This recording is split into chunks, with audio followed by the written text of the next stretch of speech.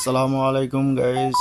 আমি এখন যেই জায়গাটায় আছি, আপনারা স্ক্রিনে যেই জায়গাটা দেখতেছেন সেটা হলো পবিত্র মদিনা শরীফ এবং আমাদের প্রিয় নবী হযরত মুহাম্মদ সাল্লাল্লাহু আলাইহি সাল্লামের রওজা মোবারক। এখানে প্রিয় নবীর পাশে নামাজ পড়ার তৌফিক হলো, খোদা তাআলা তৌফিক দান করেছেন। আলহামদুলিল্লাহ, নামাজ পড়লাম, সারা জাহানের জন্য দোয়া করলাম। যারা সৌদি আরবে যাবেন অবশ্যই নবীজির রওজা মোবারক জিয়ারত করবেন এবং ওখানে নামাজ পড়বেন, সবার জন্য দোয়া করবেন। আলহামদুলিল্লাহ, সবাইকে যেন প্রিয় নবীর রওজা জিয়ারত করার তৌফিক দান করুক, আমিন। এবং আমার পাশে আছে আমার বন্ধু জাবেদ, এবং এখন আপনারাও সংযোগ হলেন, ভালো থাকবেন।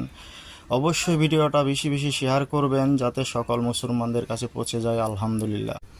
আসসালামু আলাইকুম গাইস।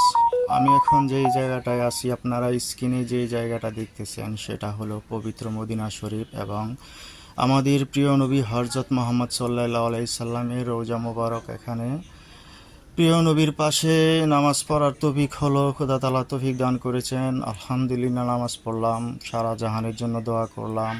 যারা সৌদি আরবে যাবেন অবশ্যই নবীজির রওজা মোবারক জিয়ারত করবেন এবং ওখানে নামাজ পড়বেন, সবার জন্য দোয়া করবেন। আলহামদুলিল্লাহ, সবাইকে যেন প্রিয় নবীর রওজা জিয়ারত করার তৌফিক দান করুক, আমিন।